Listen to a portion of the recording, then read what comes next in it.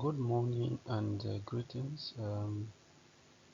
Welcome to this topic, epithelial tissue. We have covered nerve tissue, we have covered muscle, we are covering epithelial tissue. And you remember that the characteristics of epithelial tissue relates to the fact that the cells help them to cover the body surfaces.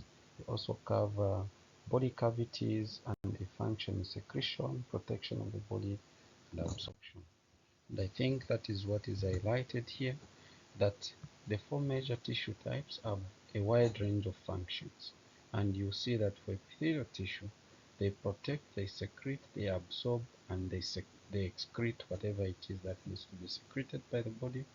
But they also help to cover body surfaces, cover interior surfaces of cavities, and line internal organs and composite glands.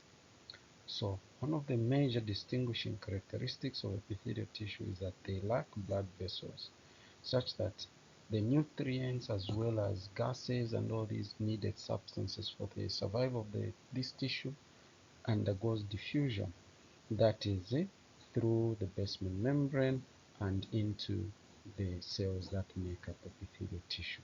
But they divide a lot more than the rest of the tissues, and so the turnover of cells in this type of tissues is more than the other types of tissues.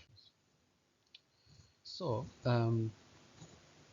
we classify epithelial tissue based on the layers of cells that make up that covering, also the shape of the cells that make up that covering, and also whether these cells, the surface is ciliated, there is presence of cilia to help clear the surfaces for secretions and all these, but also whether the surface layer cells are keratinized or they are non-keratinized.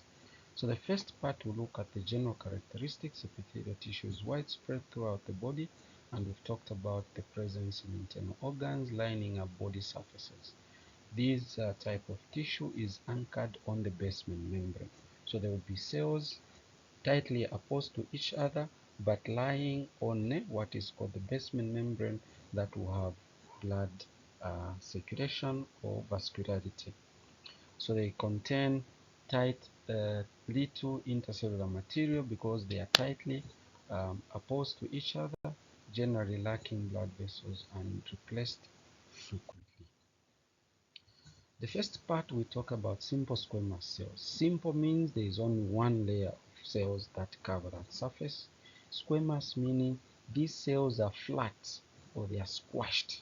So this type of epithelium is called simple squamous. So simple squamous made up of one layer, flattened cells. These are suited for surfaces that allow diffusion.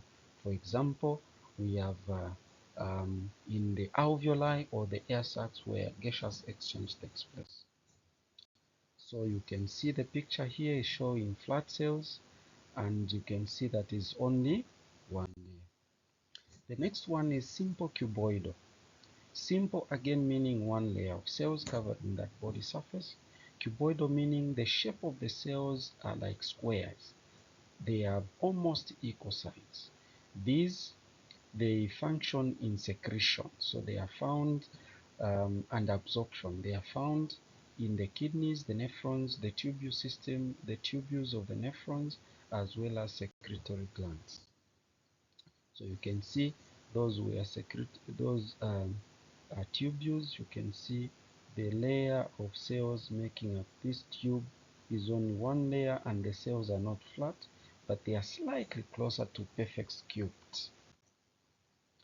Then we have simple columnar. Simple again one layer. Columnar meaning the cells have a longer side and a shorter base. Okay, so these are very important for particular types of organs like the uterus, the stomach, the intestines, which needs a lot of protection, but also for digestive function in the intestines and absorption of nutrients.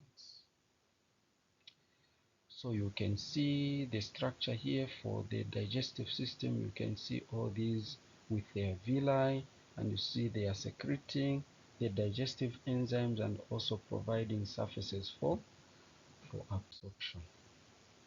Then we have what is called the pseudo-stratified columna. Yes, the cells are longer cells. They are not cubes or flat, but they look like there are so many layers, except it's only one layer. All cells originate from one surface, except some of them are shorter than the others, so they look like there are several layers. This you find in the trachea and the bronchi, and they are lined with cilia that helps to clear the secretions from the goblet cells. So you can see those cells. You can see that the nuclei look like there are several layers of nuclei, except that all cells are originating from the basement membrane, except some of them are taller than the others. We can even see the secretions and all that, and the cilia on top, which are hair-like structures that help to clear the mucus towards the pharynx. Then we have stratified squamous. Stratified means we have more than one layer. So stratified means we have at least two layers. Squamous means the shape of the cells are flat cells. So these you find them in the outer layers of the skin. We also have those lining the mouth, the vagina, and the anal canal. So you can see the skin contains several layers of flat cells. Then we have stratified cuboidal. Again, stratified means at least two layers. Cuboidal meaning the cells are almost cubes.